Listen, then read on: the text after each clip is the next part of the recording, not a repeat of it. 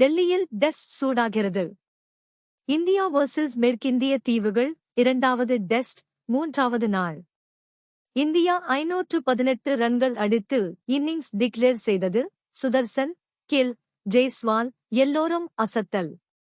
மேற்கிந்திய தீவுகள் 248 ரன்களில் முதல் இன்னிங்ஸ் ஆட்டமிழந்தது. Kuldeep Yadav 5 wicket. India follow on கட்டாயம் செய்தது. இப்போது மேற்கிந்திய தீவுகள் 97 இன் கீழ் 24 ஓவர்கள் முடிந்த நிலையில் 173 ரன்கள் பின்தங்குகிறது. கம்பெல் 53 ரன்கள், ஹோப் 27 ரன்கள், ஜடேஜா 10 ஓவர்களில் 35 ரன்கள் விட்டுள்ளார். மேற்கிந்திய தீவுகள் இன்னும் ஆட்டத்தில் தங்க போராடுகிறது. நீண்ட பார்ட்னர்ஷிப் தேவை.